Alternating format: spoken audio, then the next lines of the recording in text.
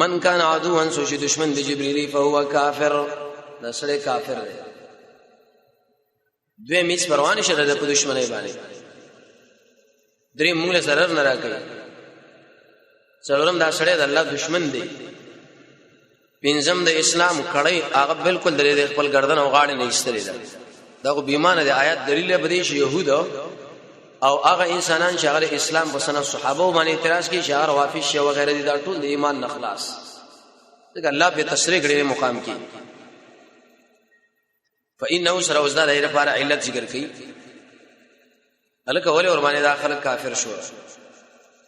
فإنه يقينا دا جبريل نازلي دا قرآن على قلبك صبر زړه باندې نزل معنا نازلي نزل دا معنا الاتيان برنا اشاره الله دمه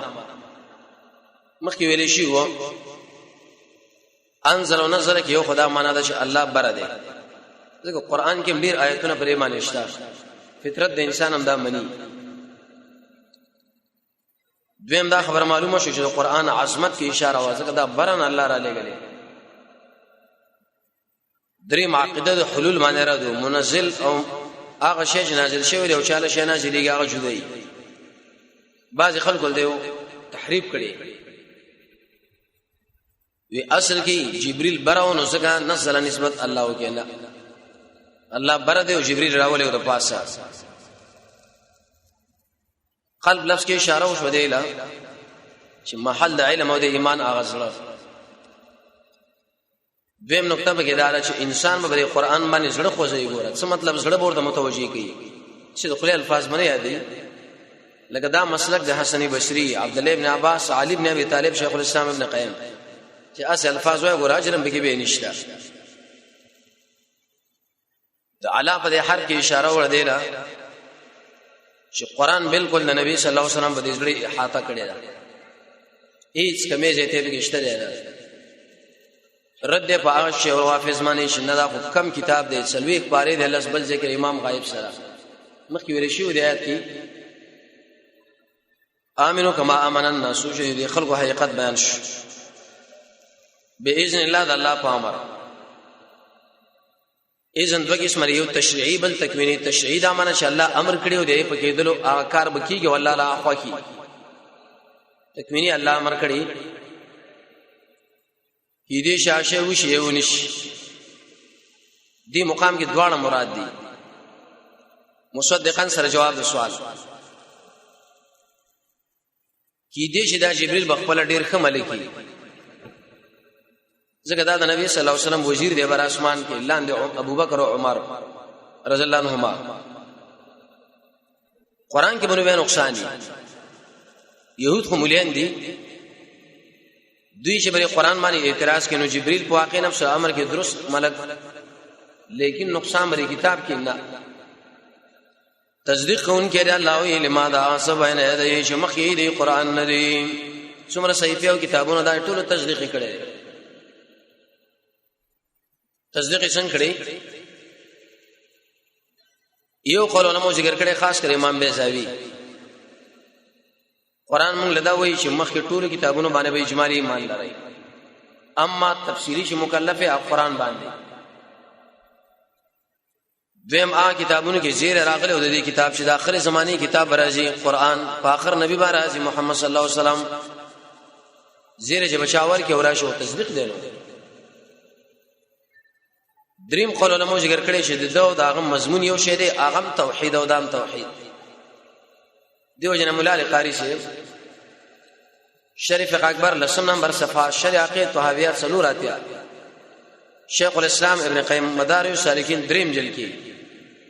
دا فرمایي چې قرآن کریم موضوع مقصد هغه صرف او صرف الله توحید دی توحید د ټول کتابونو کې بل صفه دی وهدن الله هدایت دی او بشرا او زیر دی للمؤمنین ایماندار لرا هدن معنا عقیده قرآن نزد کیږي بشرا زیر مومن انسان دې په ویلو باندې بار بار خوشالي کې قیدی نه دلیل به دې قرآن کې ترغیبات هم شته بشارت او بشارت اغلویل شي چې انسان پر تندې کې ایسه خوشحالي راشي دا خبر نه. کله قران کې الله د عذاب باره کې ذکر کوي فبشرهم بعذاب الیم التبه جار لازم شریک کشاف کلی کې دی ویل شي تحکم استهزاء ورس براشي بل ځای کې فرمایي شو وبشرا للمحسنین دلته څنګه ویلي مؤمنین یو جواب دا چې په دې صورت کې مسله د ایمان تشریکی کې نو ځکه ویلي للمؤمنین. دویم جواب مفسرین کې دی ویل شي تفنن فی العبارات کله الله یو لفظ راوړي کله بل راوړي چې دا مخاطب ځان سره وسوالي قبضه کی ورسا کې واستکمیل من کان عدوا الله ای سوشي دشمن د الله ای د الله د ملائکه او رسول ای د الله د رسولانو د جبرئیل او د میکال فان الله یقینا الله دشمن د کافرانو د فارا من کان عدوا لله حدیث کې راځي رسول الله فرمایي چې کله یو سړی د الله د ولی سره اعلان د دشمنی وکړي د بغض کینه دې سړي سره الله اعلان د دشمنی کوي. جبرئیل الله دشمن دی د الله دوست دی نو هغه انسانان د الله دشمنان دي چې هغه جبرئیل سره په دشمنی کې واقع دي. د الله اولیاء هغه ملائکه د الله اولیاء انبیاء د الله اولیاء صحابه چې هر سړی ورنیک سړی د دوی سره په ټکر کې واقع شي او سړی نو باس دې سړي سره به الله اعلان د جنگ کوي. جبرئیل خدای الله مدوسانه کې واقع دی ځکه الله نیک مقرب ملک دی. د الله سره به دښمنی څنګه ده عدو لله یو دښمنی د الله سره دار الاشراک بالله شریک د الله سره جوړول. دویم قول له موږ ذکر کړی د الله سره دښمنی د امانت به ادبی د الله او د الله د رسول خبره بالکل انسان له خبره نه ښکاری بل چا د خبره مقابل کی. دریم د الله سره دښمنی د امانت په الله باندې افترا تړل. څلورم د الله د اولیاء سره اعلان د دښمنی د الله سره دښمنی ده. ملائکه دي دا چې من ملک دا مخکې ویل شي د آدم علی السلام واقعي تقریبا 12 قومونه دي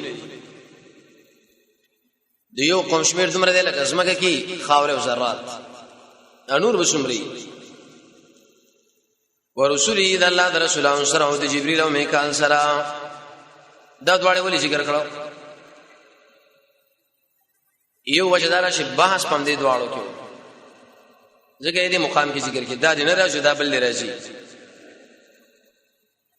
دویم قول لا شدي کې اشاره د دې فضیلت او عظمت لا ځکه دا په دې ټول ملائکو کې مشران دي اوچت حیثیت والا دي به الا ما علمتنا علم معلوم شوی و چې ګوره د ابلیس او ملائکو استاد جوړیږي نه بلکې د ملائکو استاد هغه جبرئیل دی. قرآن نه معلومیږي د انسانان الله وی کافر دي او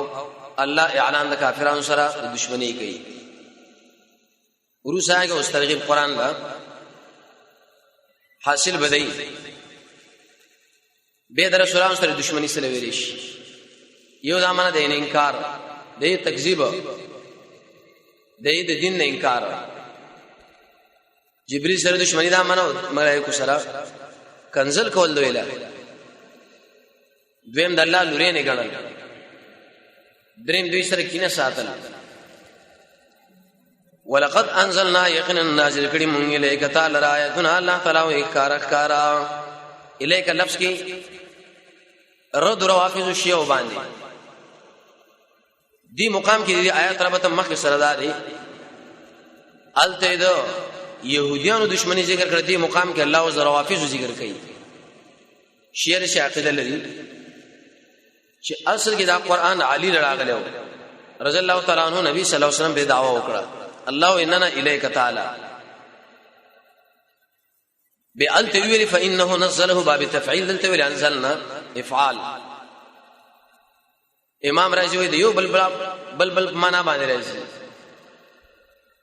سو کې اول الله محفوظ نه بیت المعمور پوری به روسه دماده لیکن کمزور قول دی. سیدانا شیخ لګری خپل تفسیر احسن الکلام کی قران کې دوه قسم مسائل الله رواني یو عقاید دی او بل فروع. عقاید مبارک باب افعال راوړي یو د الله وراله فروع به دمه انزل نه ویل معنا شاقد زده کوي انسانانو صرف د قران نه زده کوي آیات بینات کار دلیل د الله ر توحید یا کار دلیل د نبی د رسالت وما یکفرون انکار نه کوي الله وی بیا د آیاتونو مگر هغه انسانان چې هغه بيدین الفاسقون معنا بيدینا دیږي به سوال لې فاسق انسان خو په مقام کې هغه ګناه کبیره والا دی دا خدای اهل سنت والجماعت عقیده را چې مرتکب دی ګناه کبیره والا کافر نه دي څنګه ویل الفاسقون جواب فسق ډیر رتبه دي دلته کې مراد المتمردین فی الكفر کفر کې سرکش انسانان ورسات کې اوس بل قباحت يهود ذکر کې معنا وعده ماته ولا او کلمہ سمانا تعمیم د پاره ویلي ربطم د آیات مخکې سره دا مخکې ویلي د جبريل دشمنی به ویلي د قران دشمنی د نبی دشمنی فسق اوس وی لوز ماته ارکل الله وی شذ لوز کی عادن یو لوز کول نبذو ورزیدل فريق یوړل منهم د دوینا نبذ زمانشتي ورزید عهدن کم لوز نه پنځه قول علماء ذکر کړي یو قول دا غلو شکل الله په غر روشت کړو شری بن دالی